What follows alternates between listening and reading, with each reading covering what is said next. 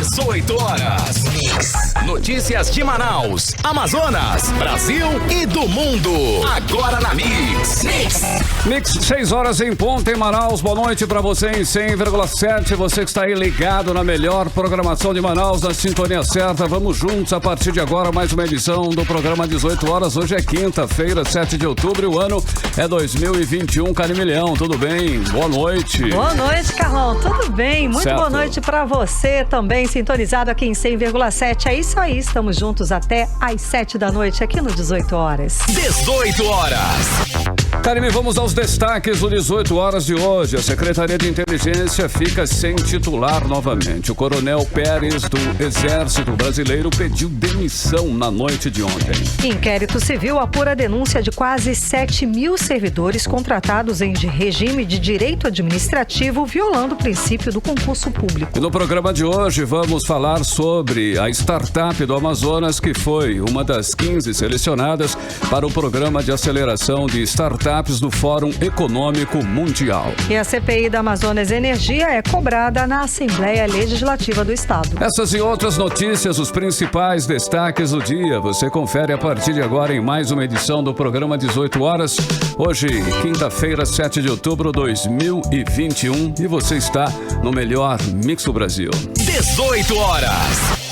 Bom, e a crise na segurança pública do governo Wilson Lima não tem fim. Depois dos escândalos envolvendo a Secretaria de Inteligência, que acabou com a prisão do titular Samir Freire, preso pela Polícia Federal na Operação Garimpo Urbano, o atual secretário pediu demissão. Isso mesmo, pediu demissão do cargo sem dar muitas explicações, inclusive, cara. Pois é, Carlão, exatamente. Foi o Coronel Pérez do Exército Brasileiro que pediu demissão ontem à noite. Não completou nem um mês no cargo. Vamos acompanhar os detalhes sobre essa exoneração, esse pedido de demissão, agora na reportagem de Hector Silva. O coronel de infantaria do Exército Brasileiro, Alexandre Luiz Gomes Pérez de Rosário, deixou na quarta-feira o cargo de secretário de Inteligência do Amazonas, menos de 15 dias após assumir o cargo. O coronel Pérez havia assumido o cargo no último dia 26 de setembro, quando teve sua nomeação publicada no Diário Oficial. Ele assumiu após o então chefe do setor de inteligência, delegado Samir Freire, ser preso na Operação Garimpo Urbano em julho deste ano.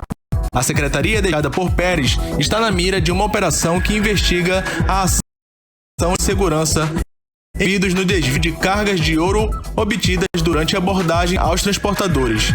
Há fortes indícios apontando o ex-secretário da pasta Samir Freire na participação do esquema investigado pelo Ministério Público. De acordo com o MP, Samir Freire e um grupo de policiais pediram dinheiro do empresário Wagner Flecha, ameaçando-o com um flagrante forjado. Apreciar o caso para a polícia e depois voltou atrás com o seu depoimento, o que indica que houve acordo entre eles.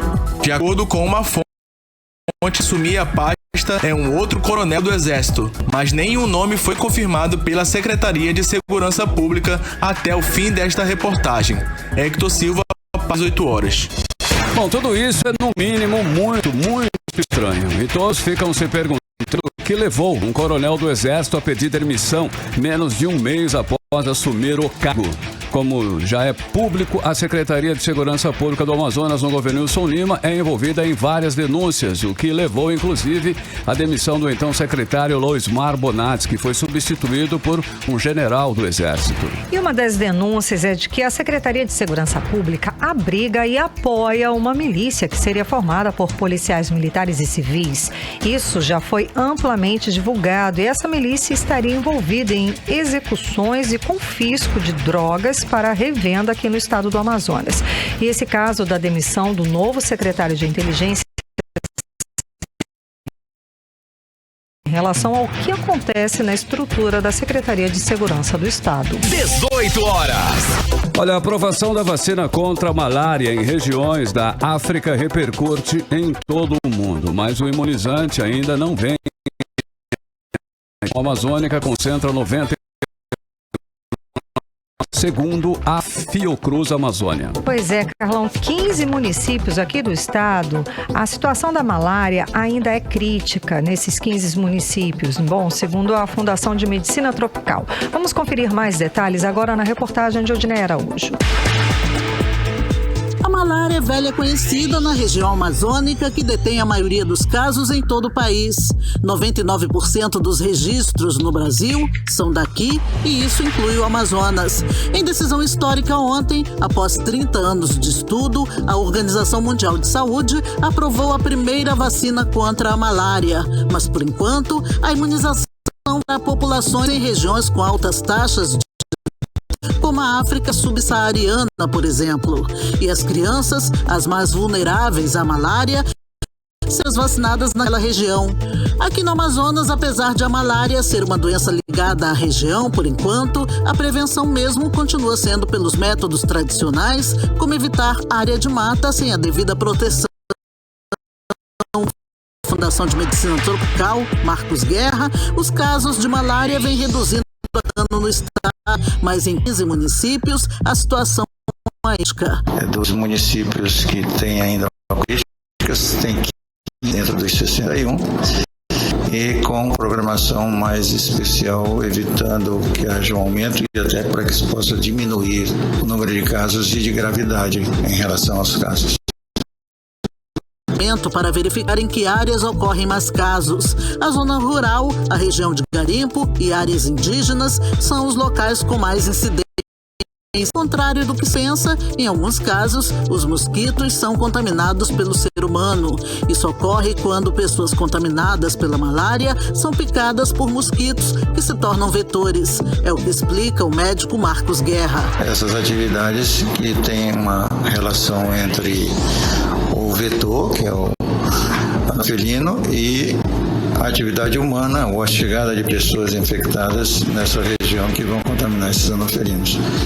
Isso tem uma variação pequena, mas à medida que a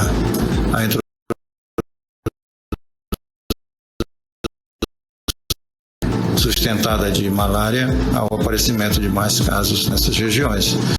É possível que a pandemia tenha restringido um pouco essas atividades e que vai impactar no menor número de casos de malária.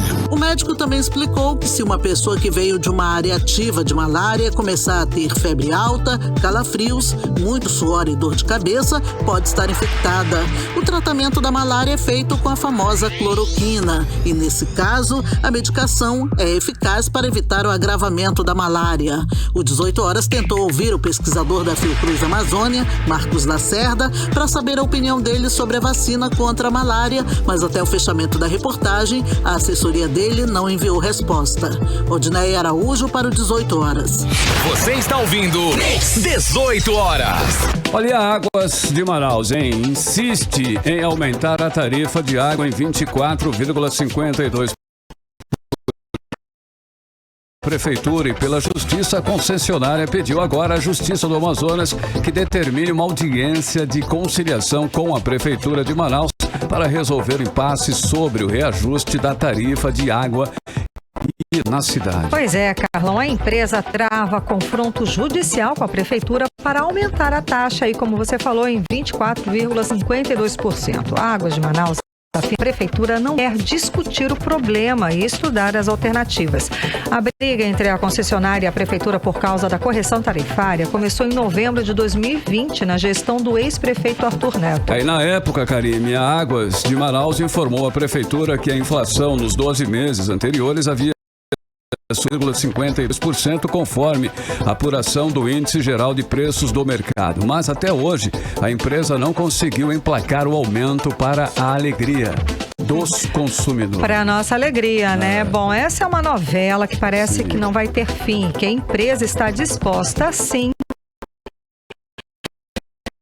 para conseguir reajustar a tarifa. Por enquanto, o consumidor, nós estamos livres aí desse aumento. Mix. Olha, o Ministério Público do Amazonas investiga investiga a permanência de quase 7 mil funcionários temporários em órgãos da saúde do Amazonas sem concurso público. Um inquérito civil vai apurar a denúncia da permanência de servidores contratados em regime de direito administrativo, violando o princípio do concurso público. A repórter Júlia Gomes explica esta questão pra gente agora. Vamos acompanhar. O Ministério Público do Amazonas instaurou inquérito civil para apurar a ocorrência de violação ao princípio do concurso público na ocupação de cargos efetivos por contratados em regime temporário no âmbito da Secretaria de Estado de Saúde. O inquérito foi instaurado pela promotora de Justiça Cláudia Maria Raposo da Câmara e publicado no Diário Oficial do Ministério Público na última quarta-feira, dia 6 de outubro. A investigação considera a denúncia da permanência de 6.842 servidores em regime de direito administrativo no âmbito da Secretaria e fundações ligadas ao Sistema de Saúde Público do Estado do Amazonas. A promotora considera o inciso 2º do artigo 37 da Constituição Brasileira, que diz, abre aspas, a investidura em cargo ou emprego público depende de aprovação prévia em concurso público de provas ou de provas e títulos, de acordo com a natureza e a complexidade do cargo ou emprego, na forma em lei, ressalvadas as nomeações para cargo em comissão declarado em lei de livre nomeação e exoneração. Fecha aspas. O 18 Horas tentou ouvir a promotora de justiça responsável pelo inquérito e também obter mais informações sobre o caso. Porém, a assessoria do órgão informou que, para garantir o bom andamento das investigações, em fase inicial, o Ministério Público do Amazonas não fornece informações além das que já foram publicadas em seu Diário Oficial Eletrônico. A reportagem também entrou em contato com a Secretaria de Estado de Saúde do Amazonas, mas até o fechamento da matéria não tivemos retorno.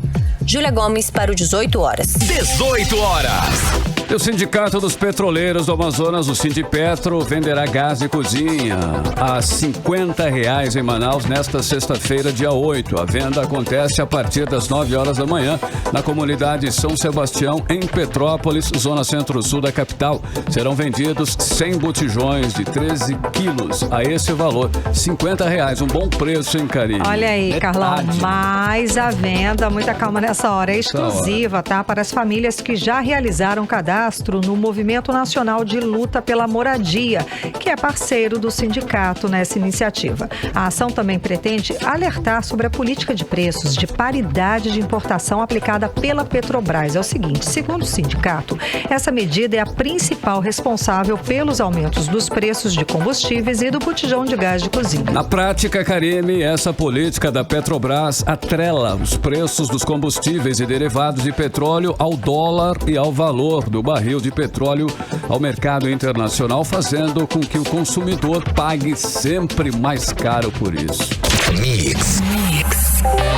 Agora em Manaus, 6 horas e 13 minutos, vamos para Brasília conversar com o correspondente do programa 18 Horas, o jornalista Carlos Eduardo Matos. Então, Carlos Eduardo, a Câmara dos Deputados aprovou o projeto que permite que mulheres grávidas imunizadas voltem ao trabalho presencial. O detalhe nisso tudo, nessa história, é que a votação dos deputados foi de forma online. Quanta ironia, não é não?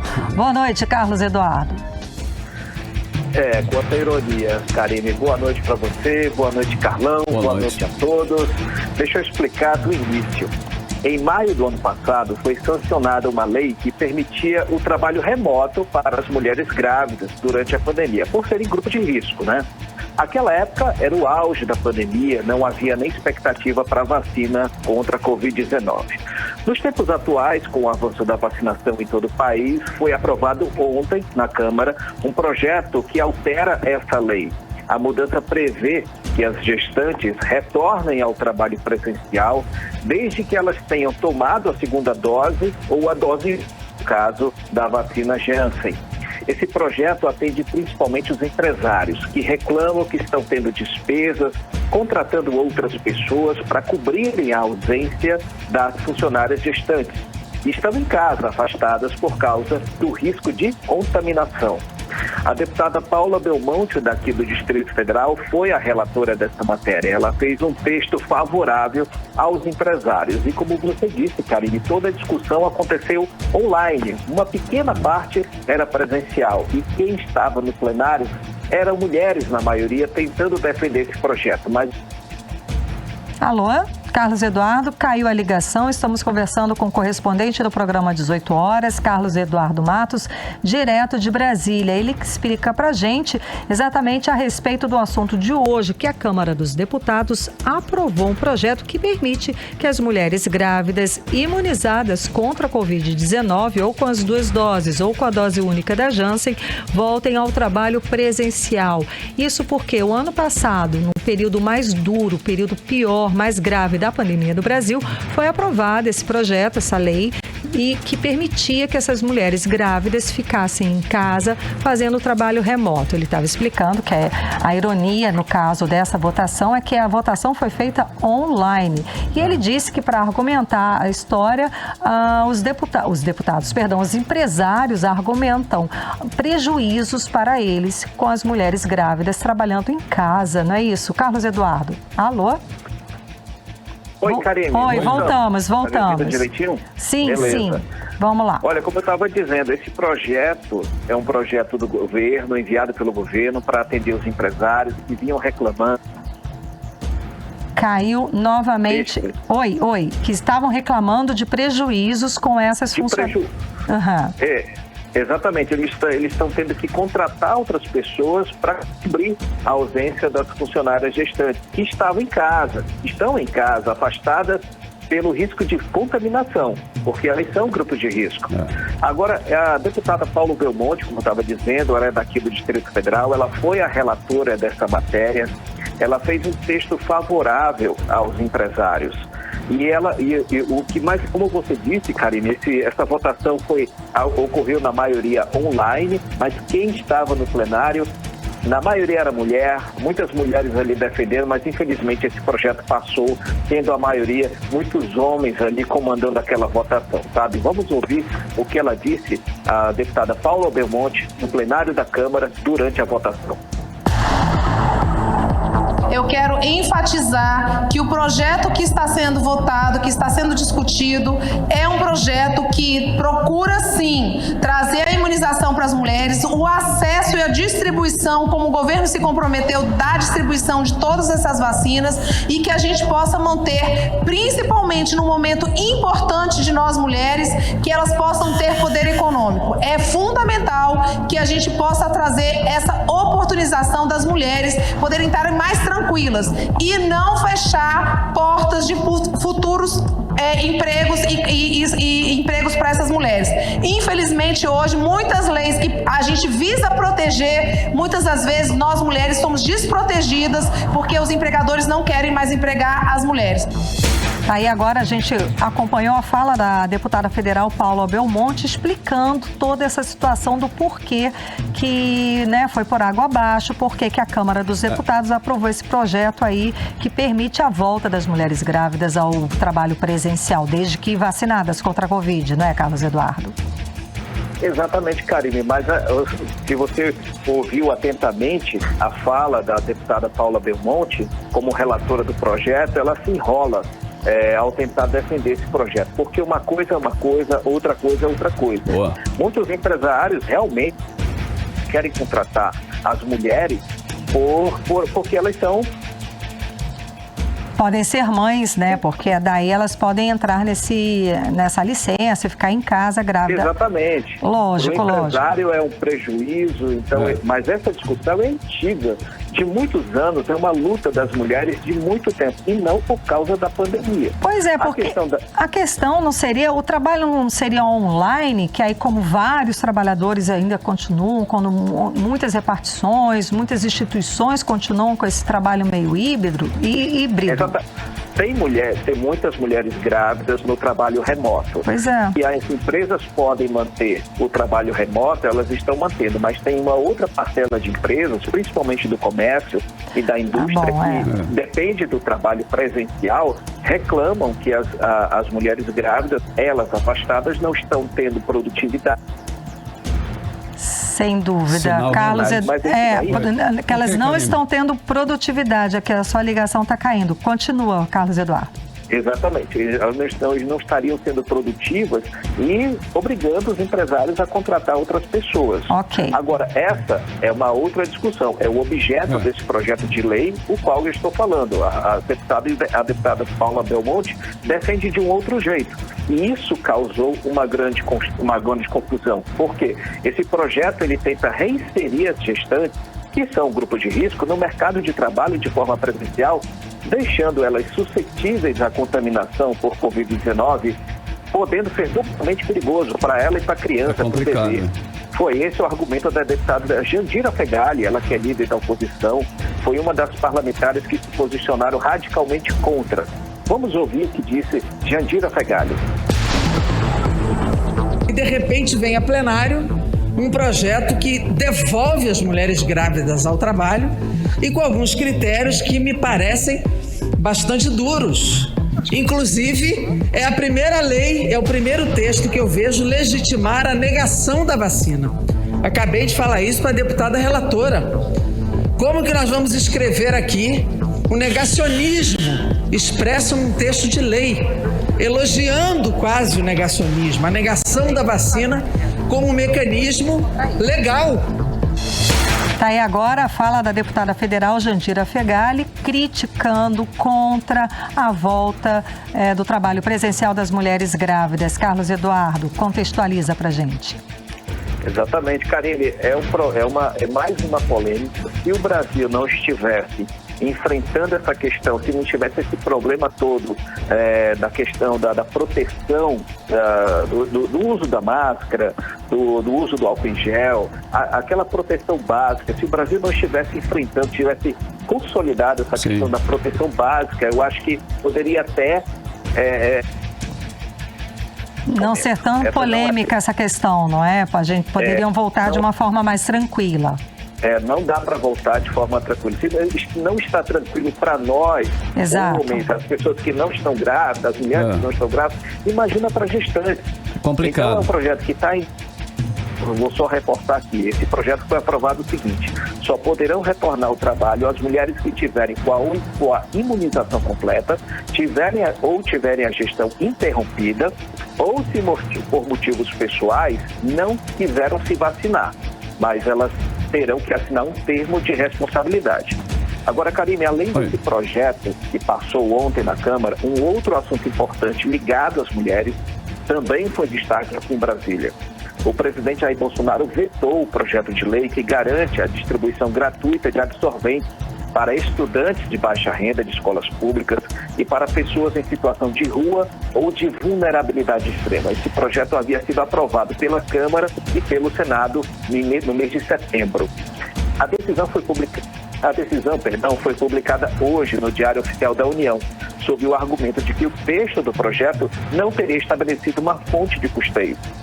Pouca gente sabe, Karine, mas essa é uma questão muito importante, principalmente para as famílias pobres com filhas adolescentes. Muitas mães não têm dinheiro para comprar absorvente para as filhas. E há casos em que elas deixam de ir para a escola porque não tem como comprar absorvente durante o período menstrual. Há todo um constrangimento social, sem dúvida alguma, emocional, lógico, e gera todo um prejuízo, né, tanto social quanto emocional para essas famílias, sem dúvida alguma. Exatamente. E esse assunto vem sendo tratado com desdém, com descaso pelas autoridades. E dessa crise da pandemia, a situação piorou ainda mais para essas famílias. Agora a situação é a seguinte: os parlamentares dos partidos da esquerda e de centro-esquerda já estão se mobilizando para tentar derrubar o veto do presidente da República.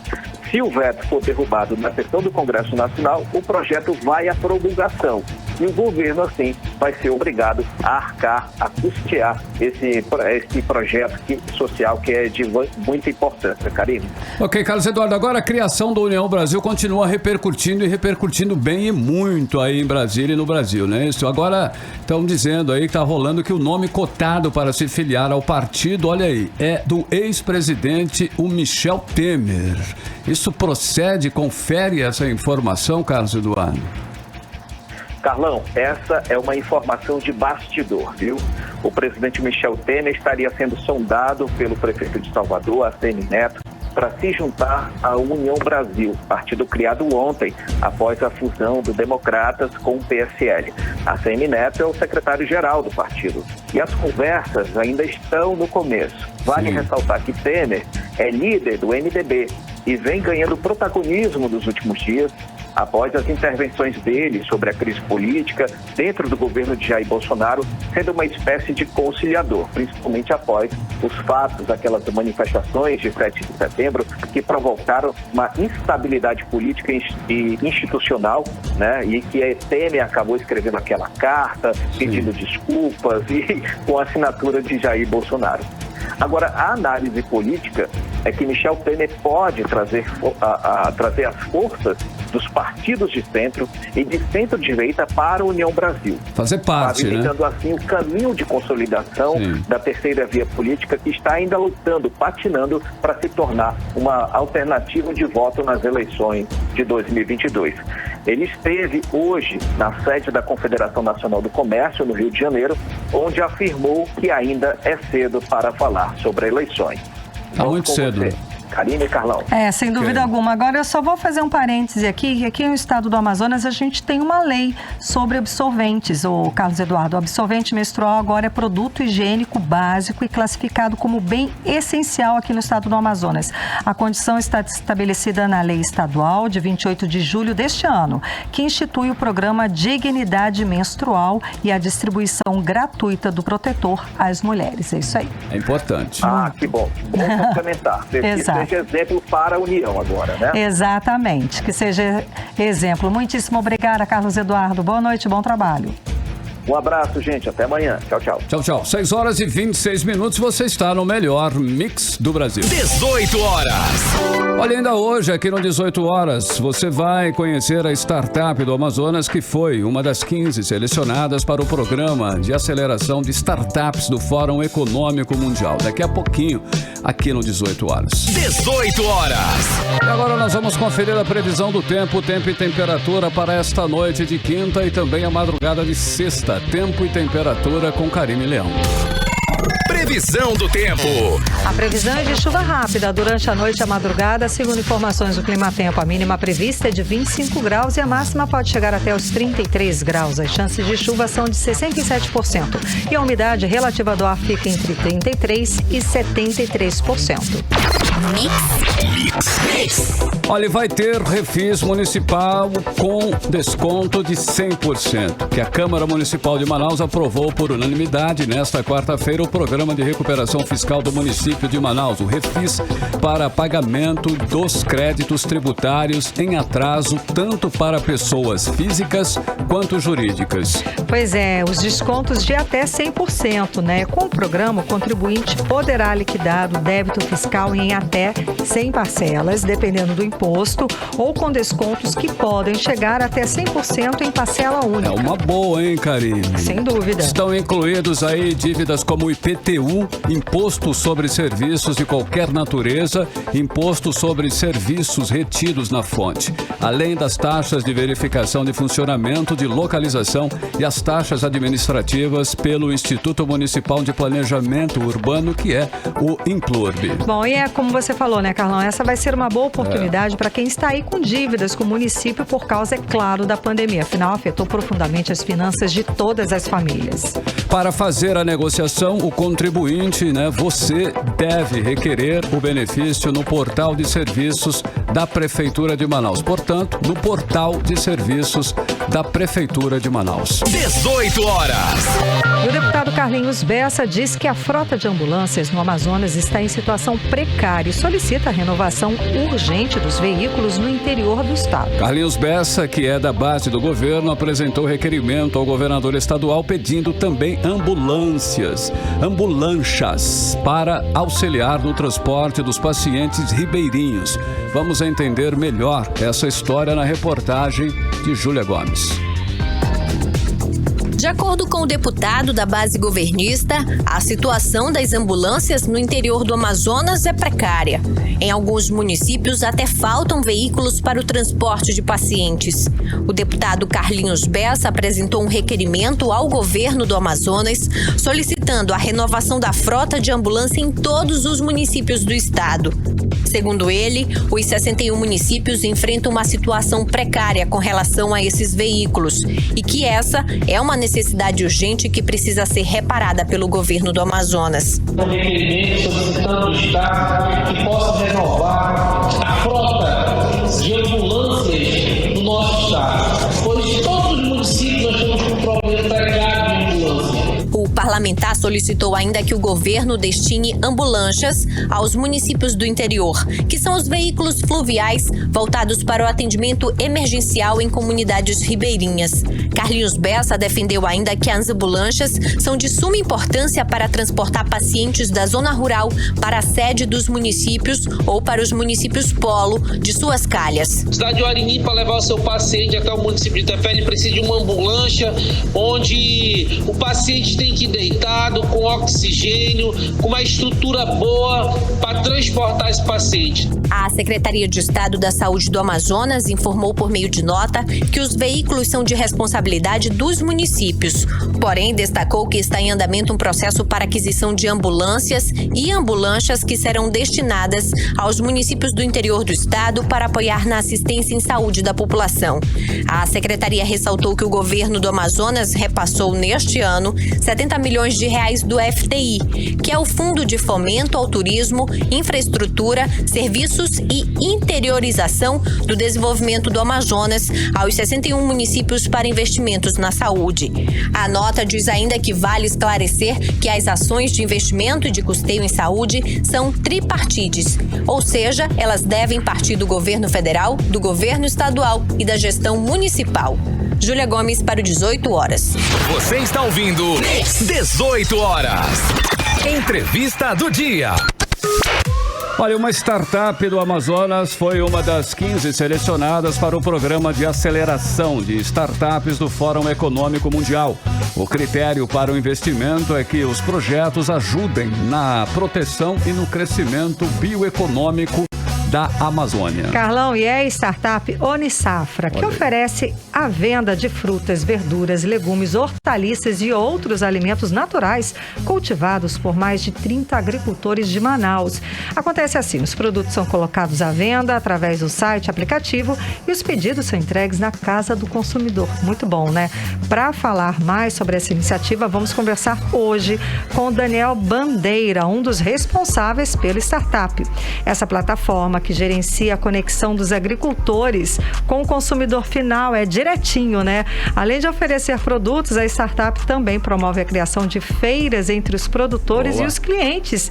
Isso tudo, gente, dentro da plataforma. Tudo muito adaptado à economia dos tempos modernos. Mas o interessante é que isso tudo foi bolado antes da pandemia. A gente imagina que foi, né, uma necessidade de toda a quarentena. Não, isso foi criado antes ainda. Bom, vamos entender toda essa história agora com Daniel Bandeira. Seja muito bem-vindo ao programa 18 Horas. Boa noite. Boa noite. Então, conta pra gente, né, como é que surgiu a criação dessa startup? Sim, então, a startup ela surgiu através de uma conversa com um agricultor, um produtor de banana. Ele relatou a dificuldade de comercializar os produtos dele em novos canais, como supermercados, além das feiras físicas. Então, a partir dessa ideia, a gente criou um modelo de negócios para vender esses produtos pela internet, através de um meio digital. Direto para o consumidor. É bacana. Então, esse formato do marketplace hoje foi criado em 2019, mas antes a gente funcionou em outros formatos. Um deles é que a gente vendia os produtos na internet e o cliente coletava esses produtos em alguns pontos na cidade. Tipo drive-thru. Exatamente. Para buscar. Quais as principais dificuldades? E também deve ter tido, né, alguns obstáculos que vocês enfrentaram e devem estar enfrentando ainda nesse projeto de marketplace. Sim, hoje um dos problemas que a gente tem aqui na região é a logística, né? Para esses agricultores virem até a capital, comercializar. Então a gente começou a a conversar com agricultores aqui da região próxima, como o Rio Preto da Eva, que já comercializam em Manaus. Então, para não tirar eles dessa operação que eles já faziam anteriormente, a gente aproveitou para fazer essas vendas pelo site. Então, a gente encontra ainda dificuldades para acessar outros agricultores que estão mais longe aqui da capital. Okay. Entendi. Como eu falei, surgiu antes da pandemia, né? Então, depois e durante toda essa quarentena, como é que mudou? Como é que isso deu um upgrade para esse modelo?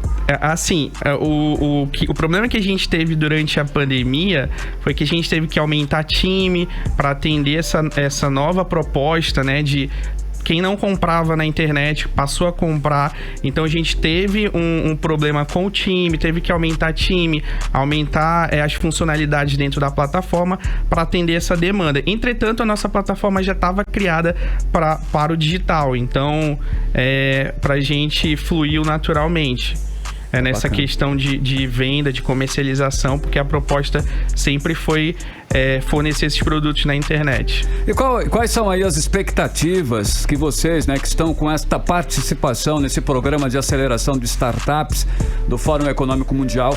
O que está faltando para a Unisafra deslanchar de vez? Quais são as expectativas? O que vocês estão planejando? A nossa expectativa no Fórum Econômico Mundial é poder acessar também fundos de investimento internacional, para que eles olhem mais para a Amazônia, consigam também alocar, fomentar aqui em negócios locais como a Unisafra e possivelmente levar esse modelo de negócio fora da região, para outros estados, para o Brasil inteiro, né? Então, a gente fala que esses eventos fora do estado que a gente participa é interessante não só para a Unisafra, porque a gente consegue adquirir esse conhecimento e aplicar aqui na região e fomentar não só no nosso negócio, mas expor essas experiências para outros negócios, para eles olharem para a Amazônia.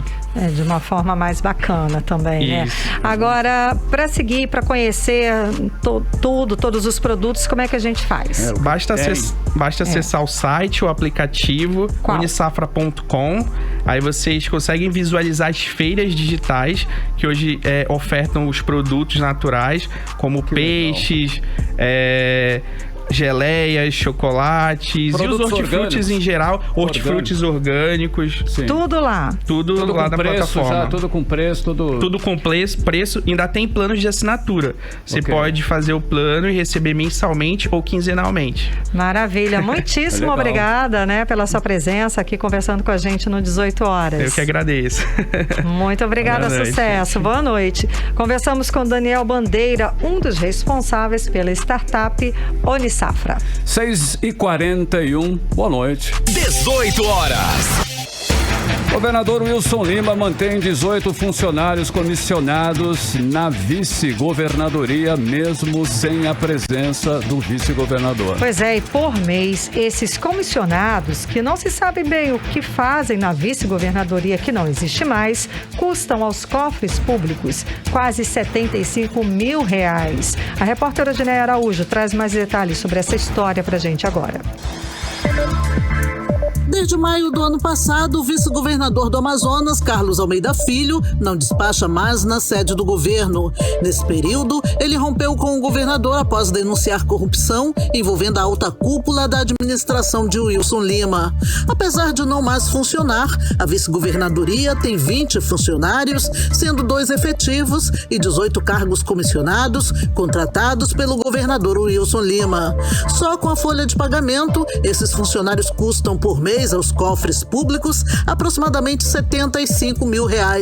Somando todos os custos da vice-governadoria esse ano, os gastos do Estado chegam a mais de R$1.700.000. De acordo com dados de setembro, a vice-governadoria mantém um secretário executivo com salário de R$11.700, 2 secretários executivos adjuntos com salários de R$9.000 cada, além de custos com empresa copiadora, certificação digital, diária, alimentação, diária para o funcionário acompanhar a agenda do governador e pagamento de indenização de uma ex-servidora que foi exonerada grávida.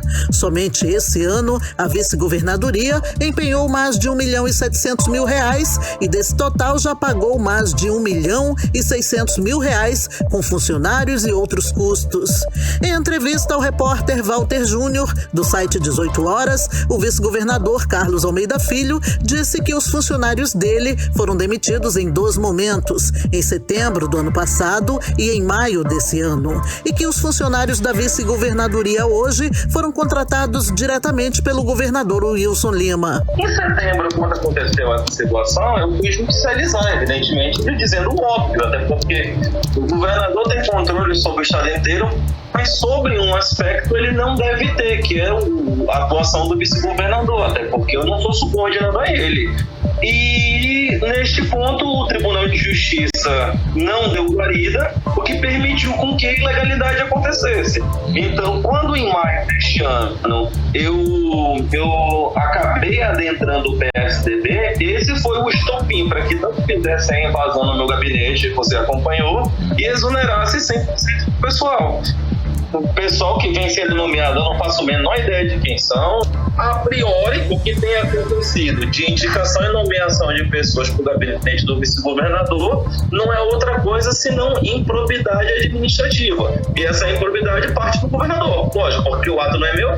Eu não sei quem são essas pessoas e essas pessoas não estão trabalhando para mim. A ação de improbidade administrativa contra o governador, impetrada ano passado pelo vice-governador, foi negada pela Justiça do Amazonas. O vice-governador disse ainda que recebeu informação de que o governo estaria pagando gratificações por intermédio da vice-governadoria e que, quando precisa fazer algum atendimento, usa a sede de seu novo partido, o PSDB. Essas funções existiriam quando existia a harmonia. Quando eu rompi com isso em maio do ano passado, disse claramente, a propósito, se você observar o que o STJ falou recentemente no dia 20 e a minha carta do dia 18 de maio do ano passado, o STJ acabou dizendo exatamente o que eu tinha falado lá. Tem uma organização criminosa no Estado. Eu não divido atribuições com o criminoso.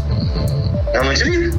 E a outra, eu não assumo o Estado desde quando eu rompi. Mesmo quando o Wilson viaja escandalosamente. Quando o Wilson viaja, o Wilson deixa o Estado sem comando.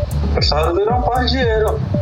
Virou um local onde não se finge que o governador é líder de uma organização criminosa, onde se finge que não está tendo desvio de recursos para a manutenção de uma pessoa que está tendo desastre atrás de desastres sociais, onde se gasta uma quantidade de dinheiro descomunal para tentar se fazer popularidade de alguém que não fez nenhuma entrega para o Estado, a não ser a entrega de escândalos para o Brasil inteiro. O vice-governador também atribuiu a saída de empresas do polo industrial de Manaus à crise de credibilidade do executivo do Amazonas. O 18 Horas tentou ouvir o governador do estado e sua assessoria sobre as denúncias feitas pelo vice-governador, mas até o fechamento da reportagem, eles não enviaram resposta. Odineia Araújo para o 18 Horas. 18 horas.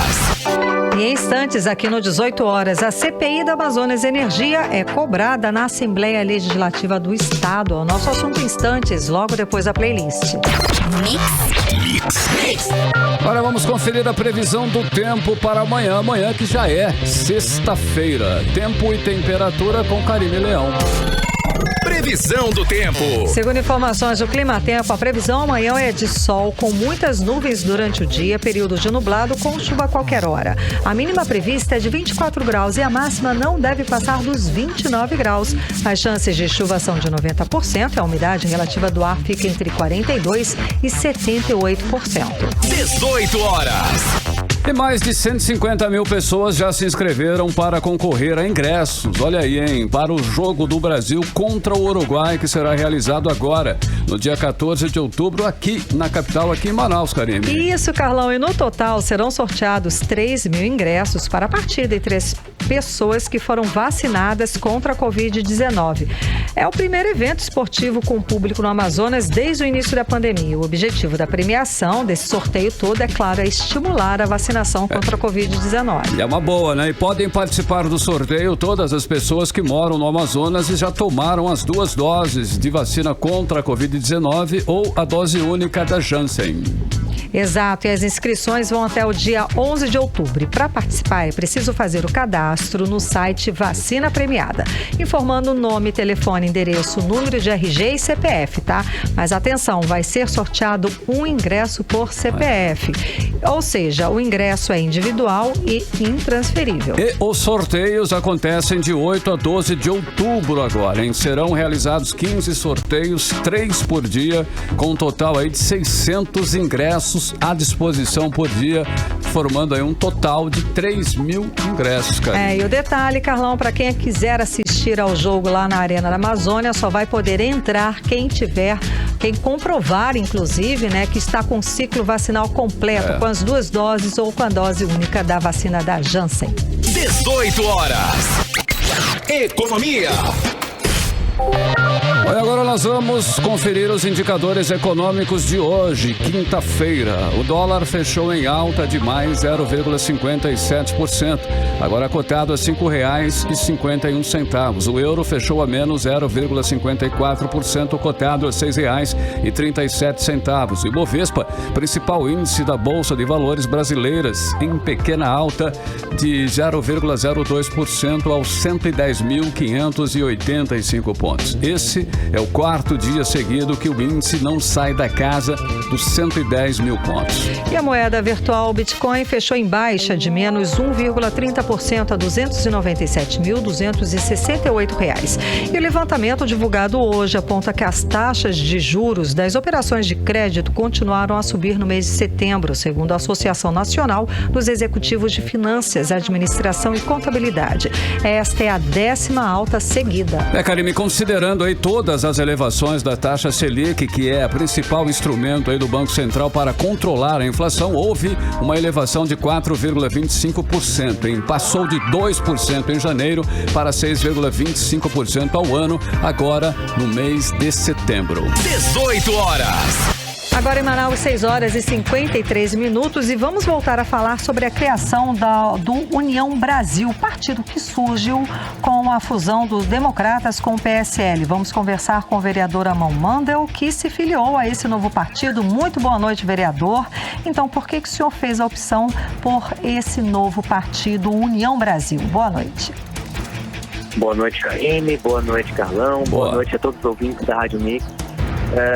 Estive numa reunião com a Executiva Nacional do novo partido e, após discussão, foi me oferecida a oportunidade de comandar a juventude do partido aqui no estado do Amazonas, com uma grande abertura e tendo em vista o grande projeto de juventude que penso desde o início, que pensei no partido anterior, no Podemos, antes daquela mudança do programa partidário, da direção partidária aqui no estado do Amazonas, aceitei o convite, fui anunciado ali ontem como um filiado de interesse pelo vice-presidente Antônio Rueda e nesse momento tenho expectativas muito grandes,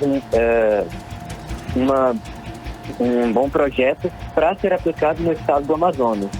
Não tenho como informar ainda sobre a direção partidária local, no entanto, o que eu posso dizer, esse partido vai dar o que falar e que estou aqui para agregar para o que der e vier com o projeto, com tudo aquilo que as pessoas já conhecem sobre o meu mandato e sobre os meus ideais. Nada mudou. Ok, olha, o senhor disse que uma de suas metas aí é atrair novos quadros jovens para entrar na política. O senhor vai presidir a ala jovem do partido aqui no estado do Amazonas? Correto, exatamente. Esse foi o convite feito para presidir a ala jovem do partido. Foi tratado nas discussões anteriores, na discussão mais recente, e é o que eu pretendo fazer. atrair os jovens para a discussão, para que todos entendam que falar de juventude não é apenas conversar com pessoas com uma idade baixa, com pessoas jovens. Falar de juventude é também falar com os pais desses jovens, com os professores desses jovens e tratar de melhorias de condições para que eles se desenvolvam na nossa sociedade com uma educação de qualidade, com oportunidades de emprego e assim por diante. O que eu quero é que a nossa juventude dialogue com as demais gerações. Nós precisamos de um diálogo entre gerações para unir a nossa sociedade, então uma união do Brasil.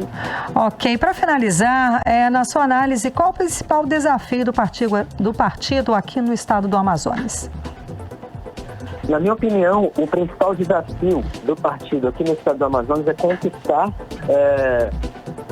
um eleitorado sem ter ali um histórico recente, conquistar um eleitorado se distanciando ali de eventuais desgastes do DEM e do PSL. Na minha opinião, o Partido Novo, apesar de surgir de uma fusão do DEM e do PSL, não é nenhum dos dois partidos, é um partido grande, com novos propósitos, aqueles 44 propósitos distribuídos e discutidos nacionalmente, foram divulgados nacionalmente, e que está atraindo novas lideranças. Muito provavelmente o partido vai ter uma mudança grande no quadro de filiados, pessoas que já estão filiadas vão se desfiliar, como foi o caso da deputada federal Joyce Hasselmann, que saiu do PSL agora nessa fusão e foi para o PSDB, não continuando aí, portanto, com o União Brasil.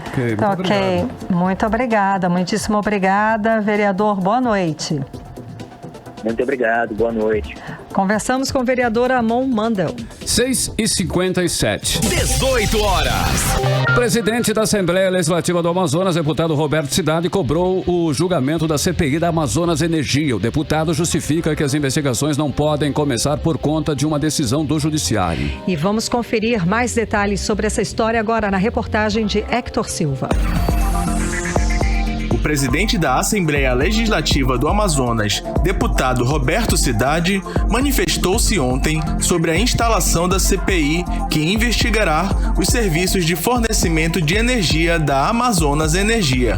No plenário, ele pediu celeridade do Tribunal de Justiça do Amazonas em julgar o mérito da CPI, que está suspensa por decisão judicial.